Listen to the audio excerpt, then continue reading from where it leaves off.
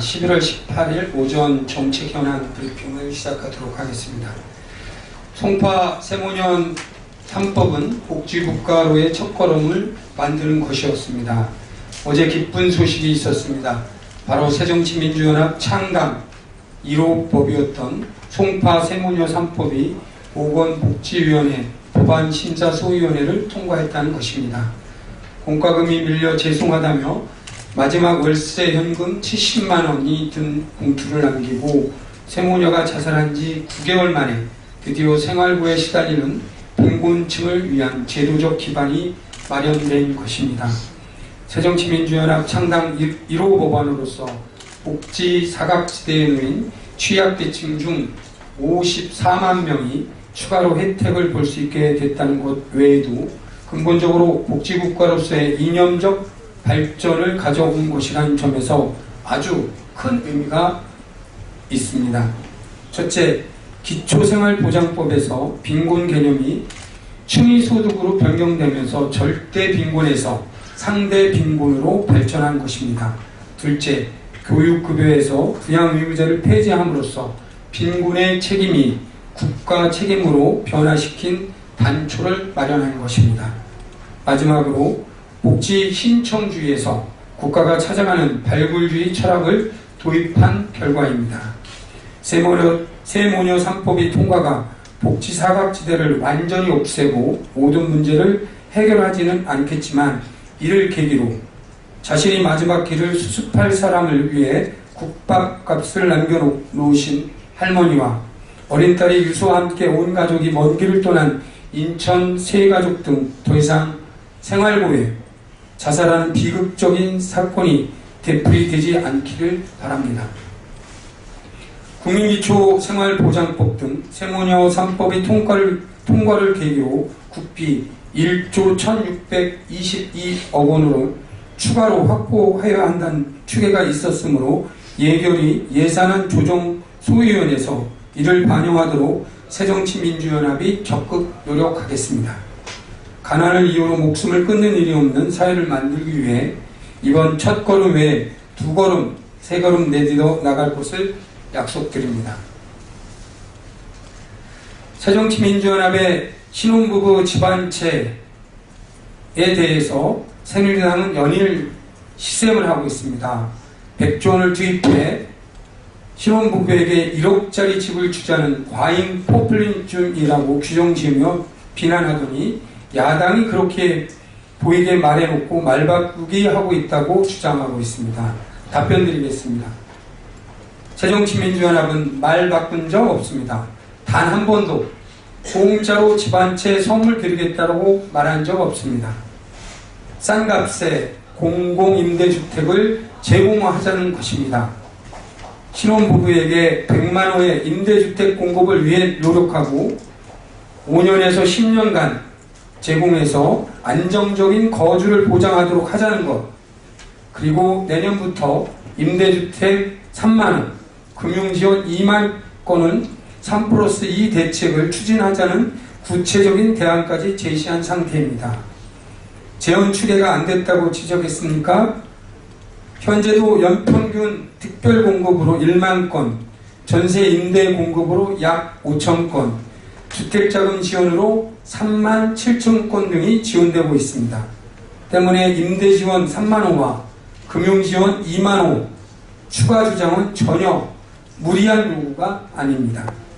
공공임대주택 공급을 위해 이미 국토위 심사 과정에서 9,000호가 증가되었고 때문에 2015년에 예산안에 추가로 필요한 금액은 3,784억 원이라고 합니다. 장기적으로 100만호 건립을 위한 예산 또한 이미 박근혜 정부와 LH가 세워놓은 것에 방향을 바꾸는 정책 대안을 제시한 것입니다.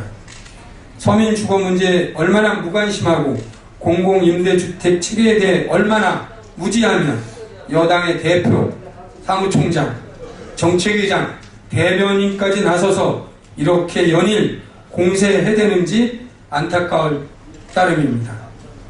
2006년 옥스퍼드 대학의 데이빗 커먼 교수는 인구 소멸 1호 국가로 한국을 대한민국을 지명했습니다.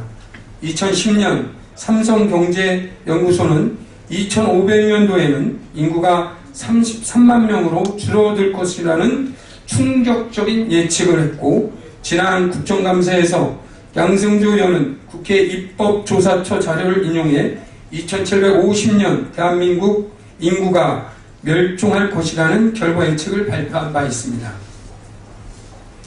지금 당장 저출산 극복을 위한 국가적 차원의 대책이 필요한 이유입니다. 때문에 신혼부부 집안채 정책이 반드시 필요한 것입니다.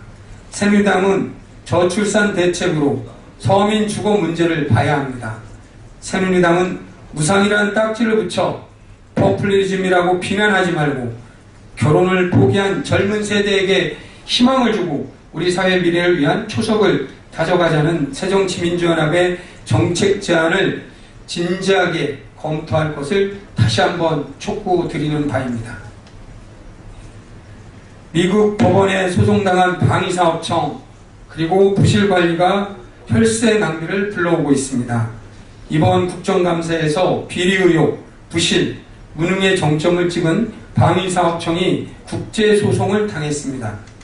부실이 핵심이라고 할 수 있는 1조 7,500억 원 규모의 KF-16 전투기 성능 개량 사업 계약 업체로부터 미국 법원에 소송을 제기당했는데, 이 사업은 현재 8천억 원이라는 받아들이기 힘든 수준의 비용 인상으로 인해 방위사업청이 계약업체를 변경하기로 한 상황입니다. 그러나 방사청이 그동안 들어간 비용 476억 원에 대한 배상을 요구할 움직임을 보이자 계약업체인 BAE 시스템스가 소송을 제기했다고 합니다. 우리나라 정부 부처가 미국 법원 피고석에 앉아야 한다니 국격이 말이 아닙니다. 정말 개탄스러운 일이 아닐 수 없습니다. 방위사업청에게 요구합니다. 그동안 투입한 비용 단 한 푼도 남기지 말고 반드시 전액 회수해 더 큰 부실을 막아야 합니다. 또 우리 정부는 미국 정부에게 강력히 항의해 다음 사업에서는 이러한 일이 벌어지지 않도록 해야 할 것입니다. 국가재정이 어려운 가운데 이러한 사업 부실이 반복되지 않도록 방사청의 치밀한 사업관리를 요구합니다. 예산안 조정 소위의 3일차 현안을 말씀드리도록 하겠습니다. 어제 기획재정위원회와 법제사법위원회, 여성가족위원회 감액 심사를 끝냈습니다.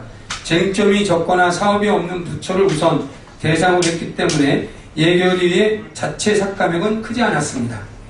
여야가 의견을 보인 몇 가지 보류 사업을 남겨놓았는데, 기재부의 글로벌 창조 지식경제단지 조성사업 55억 원과 법무부의 국민생활 침해 사범 단속 세부 내역에 들어가 있는 특수활동비 3억 4천만 원 증액된 것 등에 대해서는 추후 보류 사항 검토를 위한 소소위에서 다뤄질 예정입니다. 그런데 새누리당의 꼼꼼한 정부 예산 지키기가 지나치지 않나 싶습니다. 쓸모없는 예산을 깎아 민생에 필요한 예산을 확보해 나가야 하는데 한 푼도 깎지 않고 지키겠다는 의지가 강해 어떻게 재원을 감당하겠나 걱정이 될 지경입니다. 12월 2일이라는 시일을 정해놓고 국민들은 시일을 지키는 게 중요한 건지 제대로 된 심사를 하는 것이 중요한 것인지 지켜보고 있습니다. 오늘은 신설된 인사혁신처와 국민안전처의 예산 배분 문제로 인해 소방방재청과 해양경찰청, 안전행정부에 대한 예산 심사를 미리 당겨서 의사일정을 앞당겨서 심사하고 있습니다. 농림축산식품부와 국방부, 국토부 등의 순으로 오늘 심의를 계속할 예정입니다. 본격적인 삭감 작업이 시작될 것입니다. 예결위에서는 반드시 사자반 비리 예산, 이름만 창조적인 창조사업, 편향적인 이념 지원하고 사회와 지역의 불균형을 부르는 예산을 철저히 가려서 삭감하도록 하겠습니다. 민생에 피를 돌게 하는 예산 삭감 작업에 새누리당은 적극 협조해 나갈 것을 당부드립니다. 이상입니다.